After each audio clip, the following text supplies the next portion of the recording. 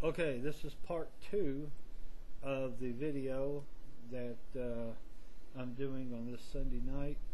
I was supposed to run them 10 minutes, but I ended up going over a couple minutes, and the last one was 12, so I guess I'll try to keep them all about 12 minutes then. I want to try to keep them all equal timing. Last video was a topic of religion, and I read all kinds of different issues and such on there. So this video section I'm going to cover, I'm just looking down here. I'm no expert on anything, so I really can't answer a lot of these questions, but based upon my knowledge, that how I think that these should be. So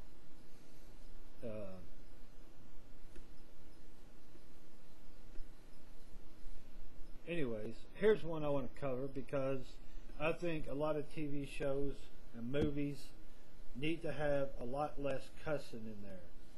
And I know there's ways of getting edited copies and all that, but you shouldn't have to get an edited copy.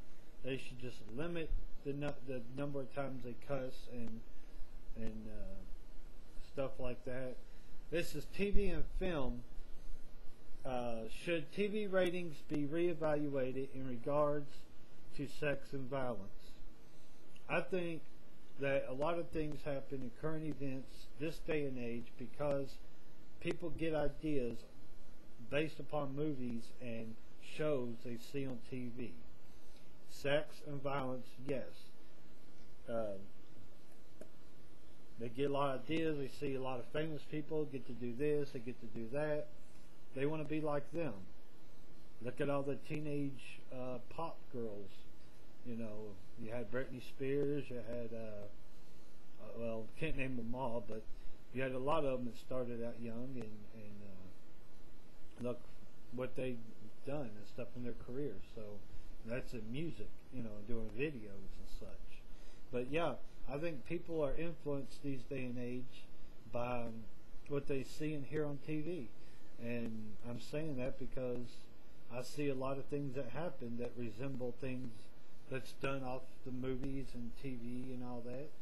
So yeah, they should reevaluate it and maybe make 2 or 3 different movies that don't have not that much violence and no sex scenes, unless it's like a married couple or something. Because what this does is you see a lot of these shows and people fall in love, and they're watching this and they're sitting there thinking, if I love somebody, then that gives me permission to sleep with them because you love them. But just because you love someone doesn't give you permission to sleep with them if you're not married to them. Sex without being married is a sin, and you should not do it. But if you're watching a bunch of bad movies, then that's going to be far from your mind, and you're going to end up doing it. Is there a double standard regarding nudity, sex, and ratings on television? I find that shows and movies that have nudity, sex, seem to make the movie more popular.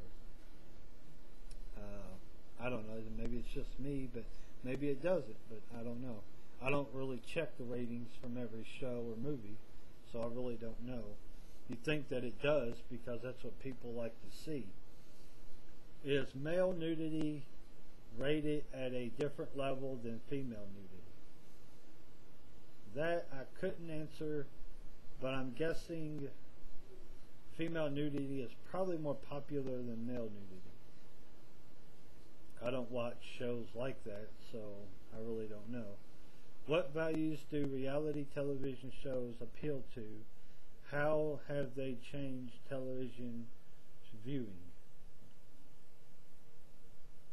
I think the reality shows are somewhat better than non-reality. The reality ones seem to be more, well, of course, realistic, but they seem to be more about current issues and what's going on in the world now versus non-reality that's all you can do anything you want to do. Doesn't matter who you are, what you are. At the end, the geek gets the girl, and that's that. But in reality, it's a different story. You know, reality, anything can happen, yes, but you got a lot more consequences and things to deal with than a fantasy movie, which is not reality. What does the trend towards voyeuristic TV programs reveal about modern American culture? That one I cannot answer. I have no idea what that means. To what extent has television as a source of entertainment changed American neighborhoods and leisure activities? I'm going to say, depending on what you see on TV, if it's entertainment or whatever, then it could be geared toward more violence and make crime go up and all that. But if it's something clean and family oriented, then it's going to be fun and stuff. So, what values, philosophies, worldviews are expressed by a certain television program?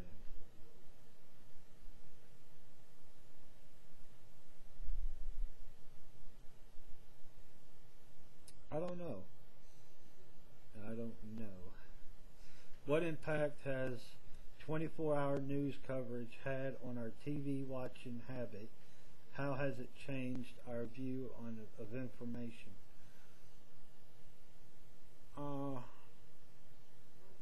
I don't know. All I know is if you're famous and a celebrity, you get more media attention. And if you commit a crime, you also get more media attention, depending on what the crime is. I have yet to see them walk down the street and interview a homeless man and just ask him either how he's doing or would you like a better life, or just check in on him, you know? I mean, it's always about the same old garbage you see every day as it's always been media coverage, and it needs something new, something better, something that gears more toward the public than Britney Spears in Hollywood or Sylvester Stallone making a movie and all that. That's not really news. I mean, who wants to see celebrities on the news? I mean, I think that the news should be geared toward more local people who are trying to make a difference and who are actually here in the town, not in California or Florida or Maine. And it doesn't matter what they're doing there. That's there. We're here. So if it's local news coverage, then they need to cover better topics that are geared toward local people in the town and state, not something way across country and stuff.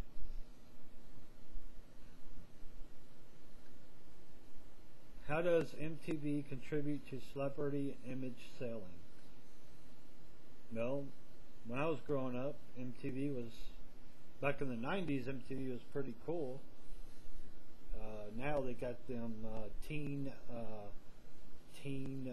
pregnancy shows and 16 and pregnant and all that, and teen moms, and I just don't think that's a good sell. I mean, that's basically teaching teenagers that it's okay to get pregnant, and it's not okay to be pregnant as a teenager.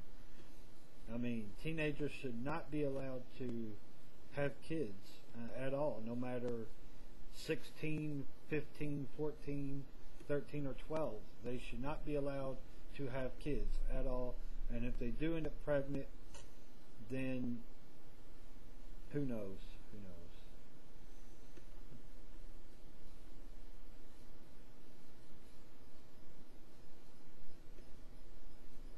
I'm kind of scanning through here. I've only got about 3 minutes to cover the rest of these.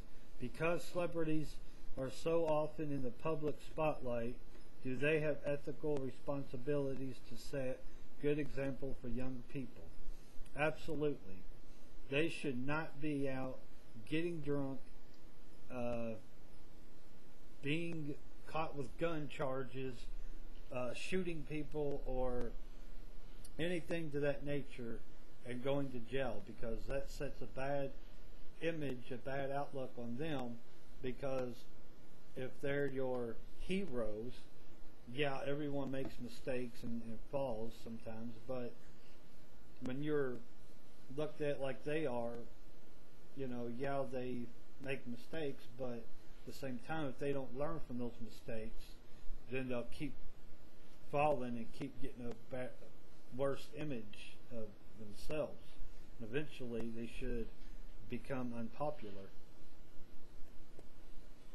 But who knows? And we'll probably do one more. It's already 10 minutes in.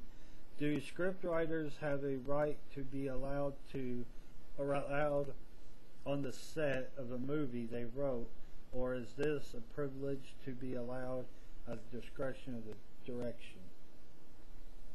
If they wrote the script, it doesn't matter what else happens. They should be allowed on the set because it's their script. They should be allowed to get on the set, see how it's going, and eyeball it from there and see what needs to change or whatever.